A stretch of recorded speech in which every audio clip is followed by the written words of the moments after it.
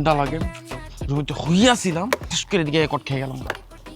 ভাই আমি তো মনে করছি এমনি ডাকছে, এখন যদি প্রোগ্রাম সুযোগ বুঝা খালি পাল্টি মারতে হবে ভাই।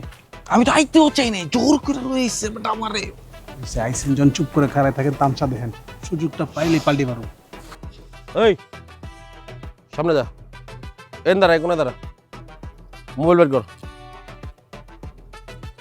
আমার এটা ল। লাইট দিয়ে দেন ভাই। ভালো একটা সেলফি তুলিস আমার। সব ভিডিও টিপ দে।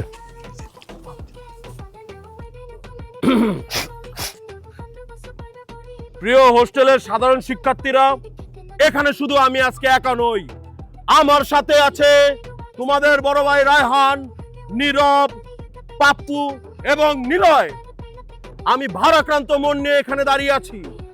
এই হোস্টেলে যে ঘটনা ঘটেছে খুবই দুঃখজনক। তোমরা সকলেই জানো, মালতী খালা শুধু আমাদের খালা নয়, উনি আমাদের মাতৃতুল্য। মাতৃত্বের লোক না। মালতী খালার সাথে যে নেককারজনক ঘটনাটি ঘটেছে তার জন্য লম্পট বিল্লুর আমরা বহিষ্কার চাই। বলেন ঠিক কিনা বাবা? তোমাদের অনুরোধে আমি হোস্টেল সুপারের কাছে স্মারকলিপি নিয়ে গিয়েছি, নিজ হাতে তাকে দিয়েছি, ভিডিও করেছি, ছবি তুলেছি এবং তাকে ওয়ার্ন করেছি।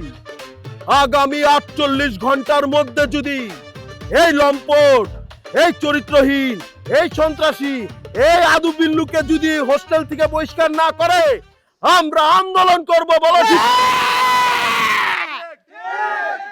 ওরা কি লাগাইছে এডি ভাষণ, এগুলো ভাষণের যাতে পড়ে। আসলেই না, ভাগ্য ভালো আজকে আমরা হোস্টেলে ছিলাম না, থাকলে আমাকে জোর করে লয়ে যেত। দেখ না শ্যাম্পু কার লইগা দাঁড়াইছে। আমি নিজ চোখে দেখছি আমাদের জয় নিকটে, ইনশাআল্লাহ। ভাই আমি লাইভের উদ্দেশ্যে কিছু কয়া দেই, বুঝছেন? মজি জীবকা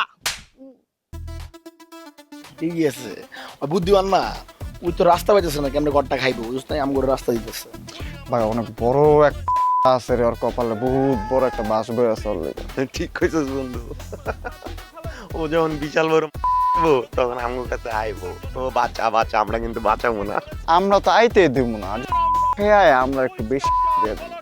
আচ্ছা দেখ, পাপ্পু আর বিঘাও খারাপ আছে ওই নিয়ে। খারাই তো না, একই দিন তো, সেম টিম তো সবগুলো। কি রে